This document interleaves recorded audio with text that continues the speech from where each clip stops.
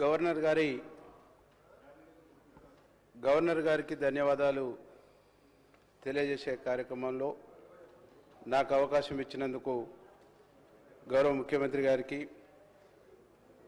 శాసనసభ వ్యవహారాల శాఖ మంత్రి వర్యులు శ్రీధర్ బాబు అన్న గారికి మనస్ఫూర్తిగా ధన్యవాదాలు తెలియజేస్తూ, అధ్యక్ష,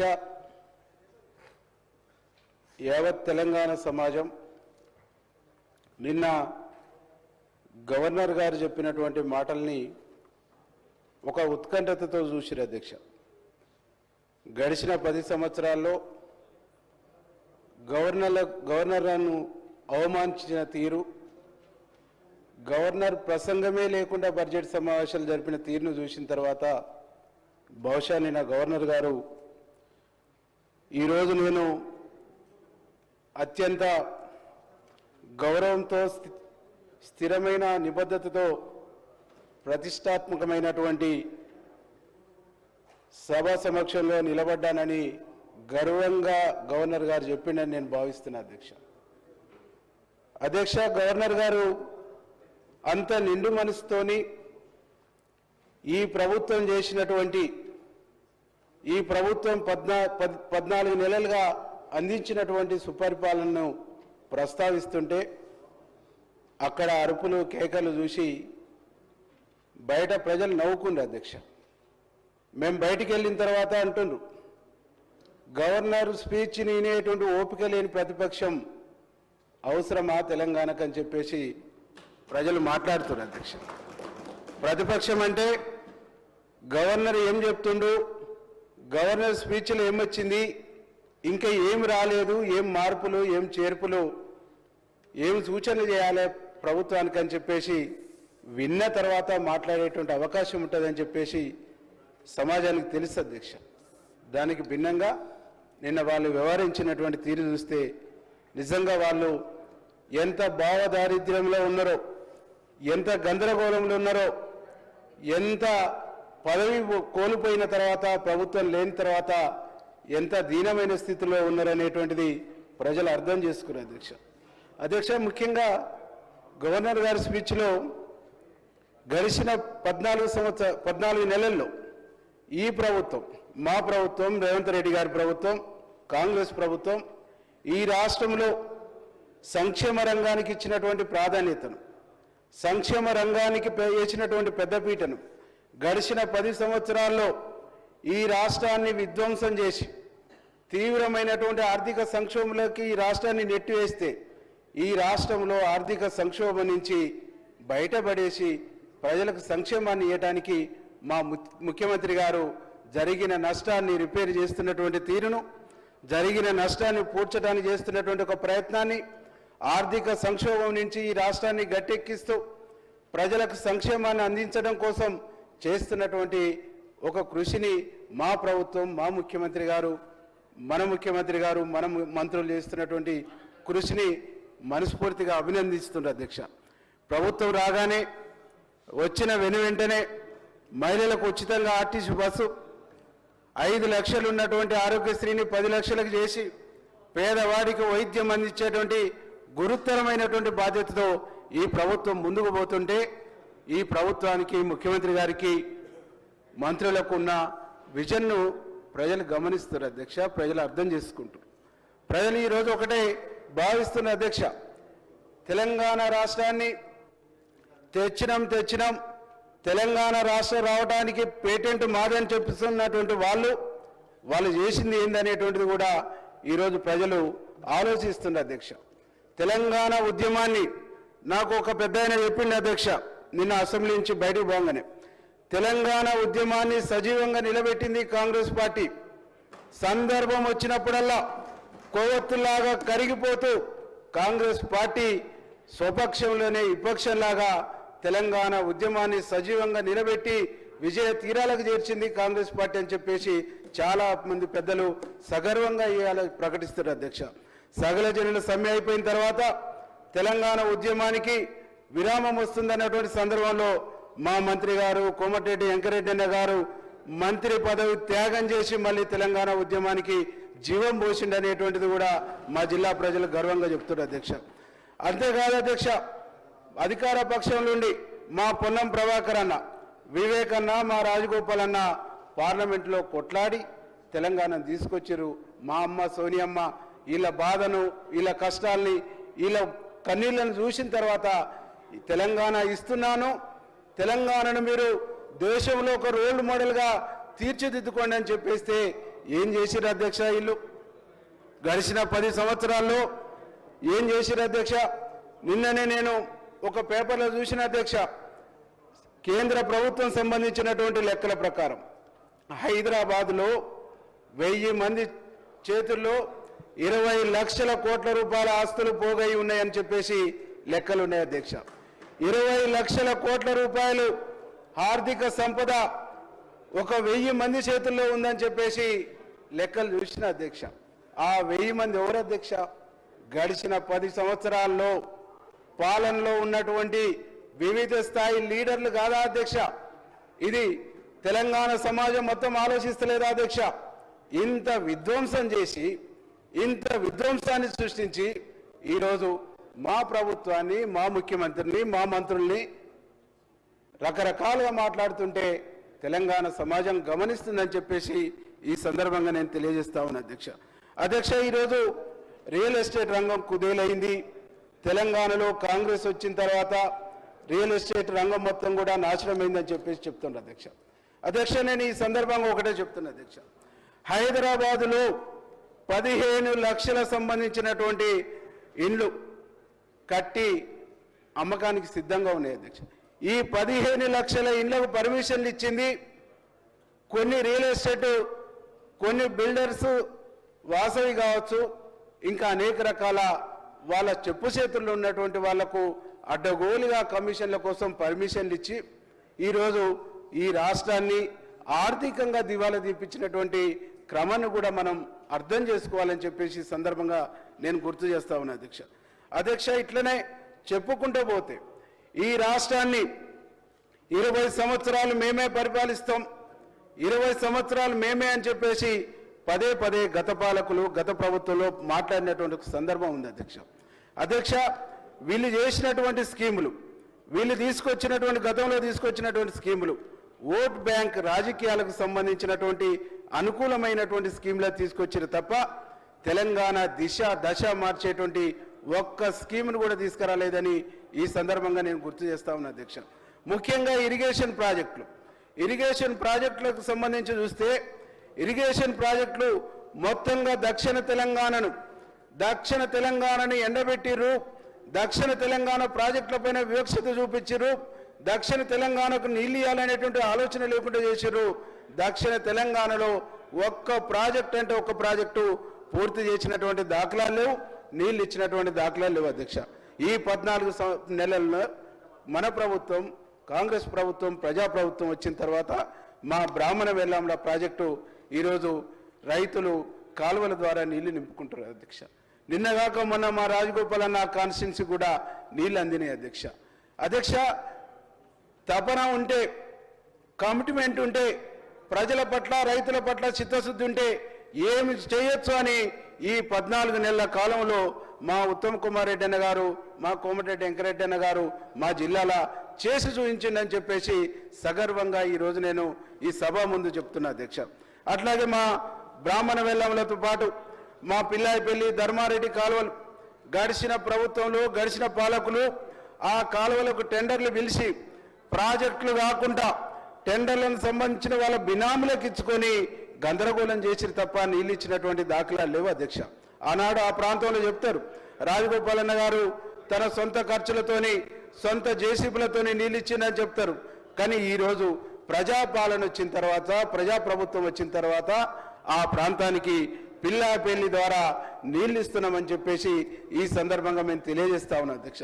ఈ విషయాన్ని గవర్నర్ గారు ప్రస్తావించడం చాలా గర్వంగా మేము ఫీల్ అవుతున్నాం అధ్యక్ష, జిల్లా ప్రజలుగా. దాంతోపాటు మూసీ విషయాన్ని కూడా గవర్నర్ గారు స్పీచ్లో ప్రస్తావించారు అధ్యక్ష. ఈ మూసీ అనేటువంటిదే మాకు జీవనది, ఈ మూసీ అనేటువంటిదే నల్గొండ ప్రజలకు జీవనది, బుక్కెడు బువ్వ పెట్టేటువంటి ఈ ప్రాజెక్ట్ అని చెప్పేసి చెప్తా ఉన్నా. ఈ మూసీ నీళ్లు ఈరోజు మేము చెరువులు నింపినాం అధ్యక్ష, చెరువులు నింపినాం కానీ గ్రౌండ్ వాటర్ పెరుగుతలేదు. గ్రౌండ్ వాటర్ పెరగకపోవడానికి కారణం ఏంటంటే ఈ మూసి నీళ్లు బాగా చిక్కగా ఉండటం మూలంగా భూమిలోకి ఇంకుతలేవు, గ్రౌండ్ వాటర్ పెరుగుతలేదు. కాబట్టి ఈరోజు ముఖ్యమంత్రి గారు మూసీని ప్రక్షాళన చేస్తామని చెప్పటం, మూసీ ప్రక్షాళన కోసం ప్రణాళిక రచించడం మా జిల్లా ప్రజలు, మా ప్రాంత ప్రజలు చాలా గర్వంగా ఫీల్ అవుతుందని చెప్పేసి ఈ సందర్భంగా మేము తెలియజేస్తున్నాం.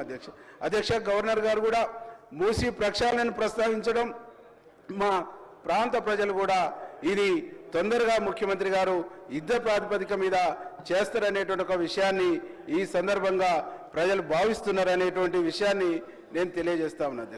అధ్యక్ష ఇంకా నేను చెప్పుకుంటూ పోతే ఈరోజు కులగణన దాదాపు దశాబ్దాల తరబడి ఎస్సీ ఏబిసిడీల వర్గీకరణ అనేటువంటిది చాలా ఏళ్ల తరబడి ప్రజలు ఎదురు చూస్తున్నటువంటి అంశం. అధ్యక్ష ఈ అంశానికి కూడా గౌరవ ముఖ్యమంత్రి గారు చొరవ తీసుకొని సుప్రీంకోర్టు జడ్జిమెంట్ రాగానే ముఖ్యమంత్రి గారు, మా మంత్రివర్యులు దామోదరం రాజనరసన్న గారు వీళ్ళిద్దరూ కూడా చొరవ తీసుకొని సుప్రీంకోర్టులో అఫిడవిట్ చేసి ఈరోజు వర్గీకరణ కేటగరైజేషన్ కూడా షమీమ్ అఖ్తర్ గారి కమిషన్ ఏర్పాటు చేసి వేగంగా దాన్ని పూర్తి చేస్తున్నందుకు కూడా మేము ఈ సందర్భంగా ఈ అంశాన్ని కూడా గవర్నర్ గారు ప్రస్తావించినందుకు గవర్నర్ గారికి మనస్ఫూర్తిగా ధన్యవాదాలు తెలియజేస్తున్నాం.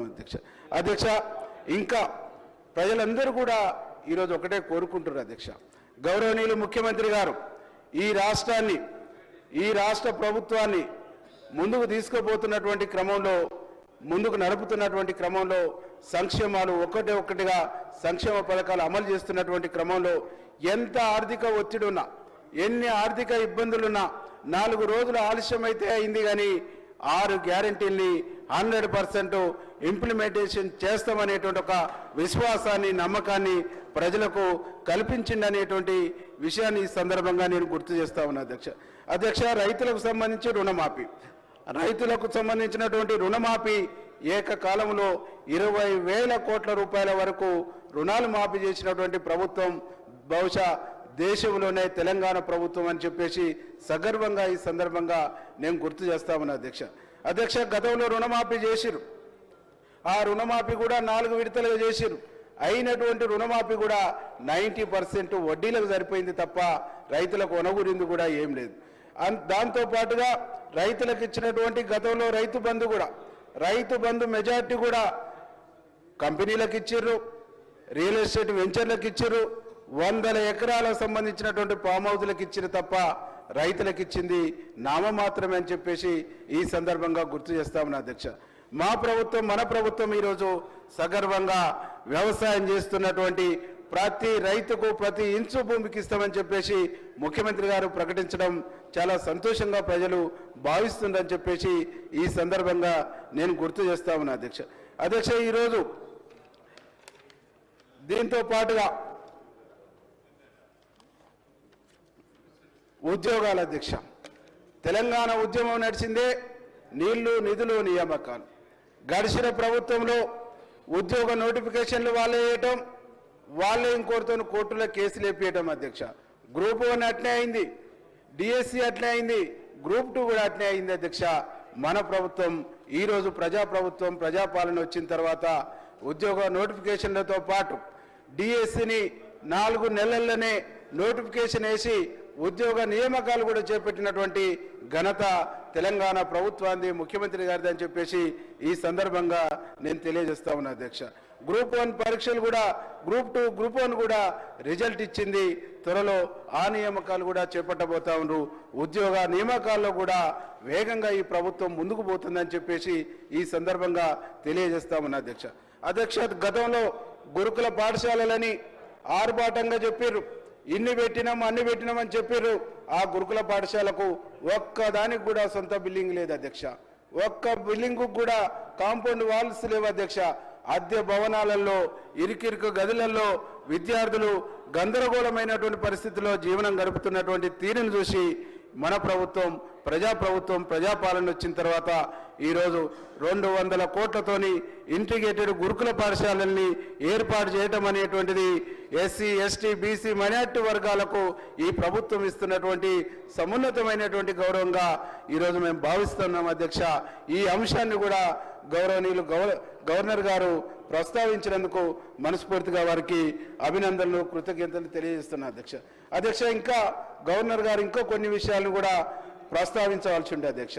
అప్పటికే గవర్నర్ గారు ఈ ప్రభుత్వం చేస్తున్నటువంటి అనేక అభివృద్ధి సంక్షేమ కార్యక్రమాల్ని ప్రజల ముందుకు తీసుకొస్తున్నటువంటి సందర్భంలో గవర్నర్ గారి స్పీచ్ని రకరకాలుగా వక్రీకరిస్తూ మీడియా పాయింట్లో ఒక బాధ్యత కలిగినటువంటి వ్యక్తులు 10 సంవత్సరాలు మంత్రులుగా ఉన్నటువంటి వాళ్ళు మాట్లాడటం అంటే ఈరోజు తెలంగాణ సమాజం యావత్తు తలదించుకునేటువంటి పద్ధతుల్లో వాళ్ళ మాటలు ఉన్నాయని చెప్పేసి ఈ సందర్భంగా నేను గుర్తు చేస్తున్నా అధ్యక్ష ఏం మాట్లాడతారు అధ్యక్ష?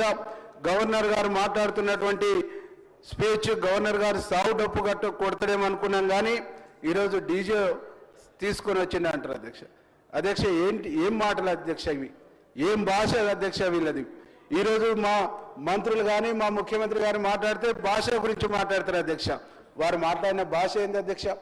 గవర్నర్కి వాళ్ళు ఇస్తున్నటువంటి గౌరవం ఏంది అధ్యక్ష? దీన్ని యావత్ తెలంగాణ సమాజం వాళ్ళ అహంకారాన్ని, వాళ్ళ దుర్మార్గమైనటువంటి భాషని, వాళ్ళ అహంకారపూరితమైనటువంటి ధోరణిని ఈరోజు తెలంగాణ సమాజం గమనిస్తుందని చెప్పేసి ఈ సందర్భంగా నేను గుర్తు చేస్తా ఉన్నాను అధ్యక్ష. ఇంకా కల్లు గీత కార్మికులకు సంబంధించి మా పొన్నం ప్రభాకర్ అన్న గారు వారిని ప్రమాద బారి నుంచి రక్షించడానికి ఈరోజు వాళ్ళ గీతా కార్మికులకు సంబంధించి కాటమయ కిట్లు ఇచ్చి దాని ద్వారా వాళ్ళ ప్రమాద బారి నుంచి రక్షించేటువంటి ఒక గొప్ప ప్రయత్నాన్ని కూడా ఈ రాష్ట్ర ప్రభుత్వం చేస్తుందనేటువంటి విషయాన్ని ఈ సందర్భంగా గుర్తు చేస్తూ ఉన్నది అధ్యక్ష. ఇంకా తెలంగాణలో పారిశ్రామిక రంగాన్ని ముందుకు తీసుకుపోవాలని పెద్దలు గౌరవనీయులు ముఖ్యమంత్రి అట్లాగే మా మంత్రివర్యులు శ్రీధర్ బాబు అన్న గారు దావోసు పర్యటనకు వెళ్ళి 1,78,900 కోట్ల పైచలకు నిధులు తీసుకొచ్చి ఇక్కడ యువకులకు ఉద్యోగ ఉపాధి అవకాశాలు కల్పించేటువంటి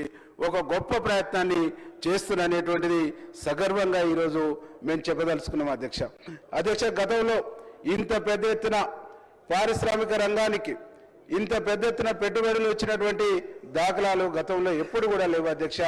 గతంలో అనేక ఐటీ సంబంధించినటువంటి నిపుణులను చెప్పుకున్నటువంటి వాళ్ళు, ఐటీ రంగంలో మేము గొప్పలమని చెప్పుకున్నటువంటి వాళ్ళు చేసినటువంటి ప్రయత్నం చాలా శూన్యం అని చెప్పేసి ఈ సందర్భంగా నేను గుర్తు చేస్తా ఉన్నా అధ్యక్ష. ఈరోజు ఈ రాష్ట్రంలో మా ప్రభుత్వం ప్రజాపాలన వచ్చిన తర్వాత ఇలా ఈ రాష్ట్రాన్ని అభివృద్ధి పదంలో తీసుకుపోవడంతో పాటు దేశానికి తెలంగాణను ఒక రోల్ మోడల్గా ఇచ్చేటువంటి ఒక ప్రయత్నాన్ని మా ప్రభుత్వం, మా ముఖ్యమంత్రి గారు, మా మంత్రులు చేస్తున్ననేటువంటి ఒక సత్యాన్ని ఈ సందర్భంగా నేను గుర్తు చేస్తా ఉన్నా అధ్యక్ష.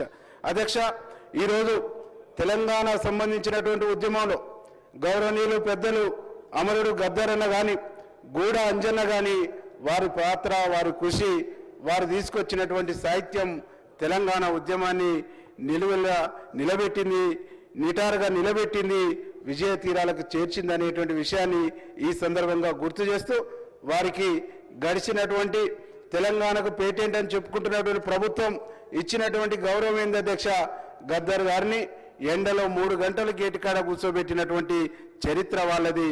గూడ అంజయ్యను పట్టించుకొని చరిత్ర వారిది. ఈరోజు వారిని గౌరవించి గద్దర్ అవార్డుతో పాటు గూడ అంజయ్య గారి కుటుంబానికి కూడా ఆర్థిక సాయం ఇచ్చి ఆదుకున్నటువంటి ప్రభుత్వం ఈ ప్రభుత్వం అని చెప్పేసి ఈ సందర్భంగా తెలియజేస్తాను.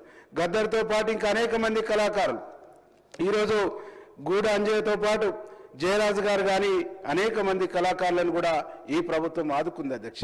వారితో పాటు ఇక్కడికి అనేక మంది కళాకారులను ప్రోత్సహించడానికి గద్దర్ అవార్డును కూడా మన ప్రభుత్వం ఇస్తుందని చెప్పేసి ఈ సందర్భంగా తెలియజేస్తున్నా అధ్యక్ష. దాంతో పాటుగా తెలంగాణ ఉద్యమం నడిచినన్ని రోజులు తెలంగాణ గీతాన్ని, జయ జయ తెలంగాణ గీతాన్ని చాలా గొప్పగా చెప్పుకోరు. కానీ అందశ్రీకి గౌరవం ఇవ్వటమే గుర్తు లేకుండా, గౌరవం ఇవ్వటమే వాళ్ళకి ఇష్టం లేక ఆ జయ జయ తెలంగాణ పాటను కూడా జాతీయ గీతం చేయడానికి వాళ్ళు నిరాకరించారు అనేటువంటి విషయాన్ని ఈ సందర్భంగా గుర్తు చేస్తూ తెలంగాణ మనోభావాల్ని గౌరవించినటువంటి పార్టీగా, తెలంగాణ ప్రజల మనోభావాల్ని గౌరవించినటువంటి ప్రభుత్వంగా జయ జయ తెలంగాణ సాంగ్ను ఈరోజు జాతీయ గీతంగా చేసినటువంటి ఘనత కూడా మీ ప్రభుత్వం, రాష్ట్ర గీతంగా చేసినటువంటి ఘనత కూడా. సరే రాష్ట్ర గీతం కూడా చేసినటువంటి ఘనత కూడా మా ప్రభుత్వాన్ని అని చెప్పేసి ఈ సందర్భంగా నేను తెలియజేస్తున్నది.